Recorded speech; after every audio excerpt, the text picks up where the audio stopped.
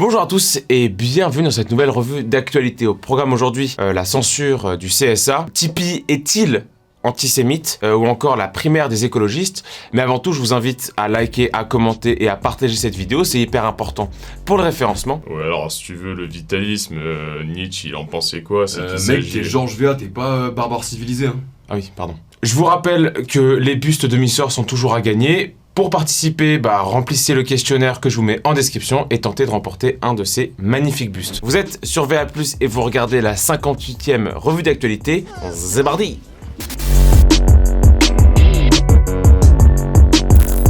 Alors, on va essayer de résumer la situation comme on peut, parce que l'actu, cette semaine, elle est chargée en Zemmour. La première info, c'est quand même que le Z s'est fait remercier de CNews, et pour cause, une décision très contestée, voire très politique, du Conseil supérieur de l'audiovisuel. Au-dessus, y a personne. En gros, le CSA a jugé que Zemmour était un, je cite, acteur du débat politique national, pire encore, qu'il était candidat potentiel. Et là, vous allez me dire, mais qui est le CSA pour dire qui est candidat potentiel ou non? Qui plus est quand son objectif est d'assurer la pluralité d'opinion dans un paysage médiatique qui peut être assez à gauche, ça ne vous aura pas échappé. Peut-on combattre Éric Zemmour en l'insultant? Bonsoir Clément Viktorovitch. Bonsoir Nicolas. C'est quoi cette voix? Il y a un petit jeu à faire avec, très simple, un petit marqueur. Voilà. C'est que ça, quoi, tu vois.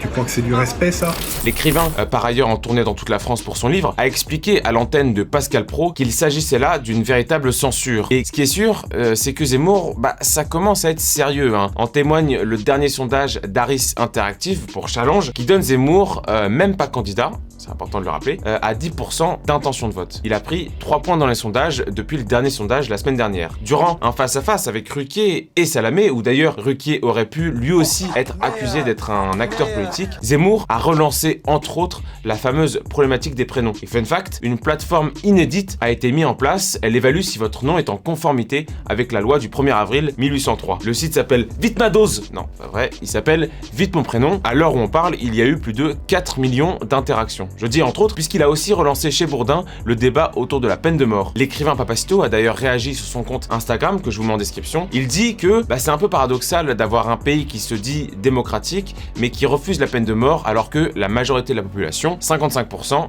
est favorable. Qu'est-ce que veut la majorité des Français? Que Salah Abdeslam bénéficie de la peine de mort. Que fait le gouvernement français?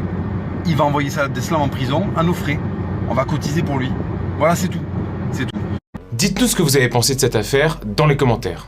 Si vous zonnez sur le net, vous avez sûrement entendu parler de cette affaire. Tipeee et son créateur, Michael Goldman, seraient antisémites. Bon, on vous explique tout ça, mais vous allez voir, les SJW ont encore frappé. Tout commence avec un entretien que Michael Goldman accorde à France 2. Déjà, l'entretien fait 2 heures, mais les SJW en ont extrait 17 secondes. Méthode ô combien fallacieuse, mais passons. Ils ont dû être formés par Quotidien. En gros, dans un complément d'enquête pour France 2, le créateur de Tipeee, Michael Goldman, et son collaborateur affirment qu'ils défendent la liberté d'expression des créateurs sur leur site, allant des plus radicaux au moins radicaux, tant qu'ils restent dans le cadre de la loi française. Bon, et là, forcément, une armée de créateurs s'offusque de ces propos en expliquant, je cite, qu'en défendant la liberté d'expression, Tipeee cautionne l'antisémitisme et le complotisme. Or, la position de Tipeee est très claire là-dessus. En gros, dès lors qu'un projet ne tombe pas sous le coup de la loi, Tipeee n'a aucun droit de le supprimer, sinon à s'arroger le droit de juger un contenu et donc de limiter la liberté d'expression. Et bien évidemment, les créateurs qui sont montés au créneau contre Tipeee sont d'apparence de gentils vulgarisateurs, pédagogues et démocrates. Par contre, quand il s'agit d'expulser un contenu sans aucun motif, là il y a du monde. Je ne citerai vraiment personne, Personne.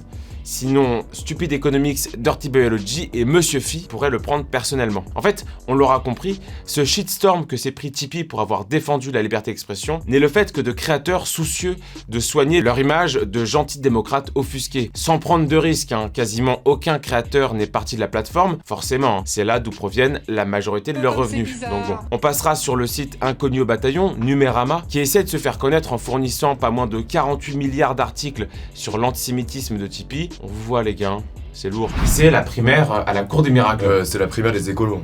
Ah merde, j'ai dit quoi? Oui, pardon, la primaire écologiste. En gros, dimanche, on saura des 5 candidats qui sera en lice pour la présidentielle 2022. Bon, déjà, parlons des chiffres et on verra les prétendants après. Précisons aussi que cette primaire était ouverte à tous, contrairement aux précédentes. Alors que la dernière primaire en 2017 avait réuni 17 000 personnes, celle-ci a rassemblé plus de 122 000 inscrits. Les raisons sont floues. Est-ce que les gens sont devenus soudainement 8 fois plus écolos qu'il y a 5 ans? Est-ce que les appels à participer à cette primaire des identitaires ont faussé les tirages? On verra dimanche. Question candidat, on retrouve 5 noms plus ou moins connus avec 2 contenders majeurs, Yannick Jadot et Sandrine Rousseau. Cette dernière est bien revenue en forme de la fête de l'humanité où ça chantait d'ailleurs le très républicain « Tout le monde déteste la police ». Ah putain, mais c'est vrai qu'il le chante en même temps que le procès du Bataclan, putain. Tout le monde, d'accord.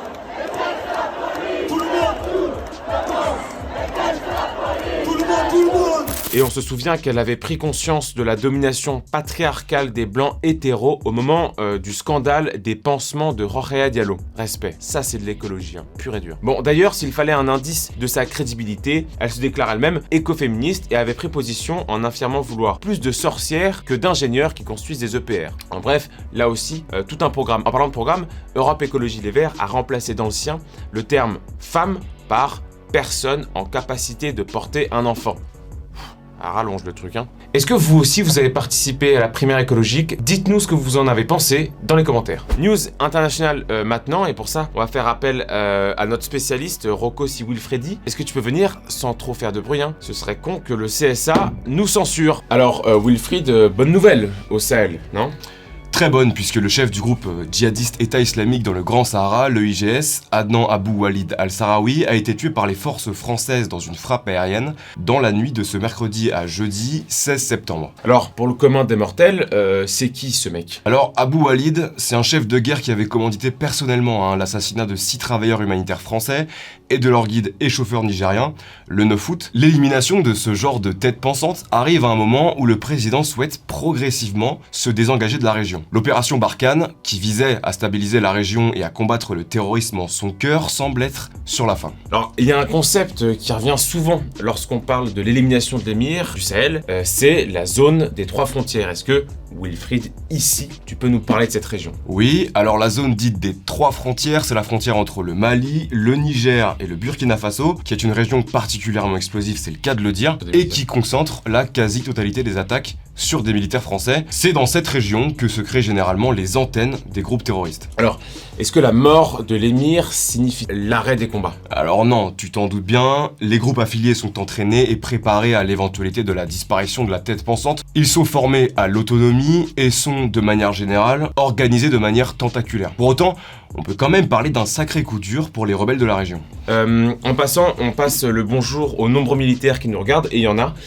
On les salue, on pense à vous, qu'il s'agisse des militaires d'actifs sur le terrain ou l'ensemble des soignants qui leur portent secours. Bravo les gars. Merci Wilfried, tu peux y aller. Tu peux vraiment y aller. Hein. Le phénomène web de la semaine... On aurait pu vous parler du smoothie ACAB, mais on va pas le faire. On va vraiment pas le faire. Le phénomène web de la semaine, c'est très drôle. C'est le clip de promotion du joueur Stéphane Mbia dans son nouveau club espagnol. En gros, il est arrivé récemment en D2 espagnol à Fuenlabrada, chiant l'espagnol, et le génie qui gère le montage a mis une bande son qu'il croyait sympa. Sauf que, extrait. Va te faire enculer, tu t'es trompé, mon gars piraté, tu t'es trompé. Merci à tous d'avoir suivi cette revue d'actualité. N'hésitez pas à liker, à commenter et à partager. Et moi, je vous dis à la semaine prochaine.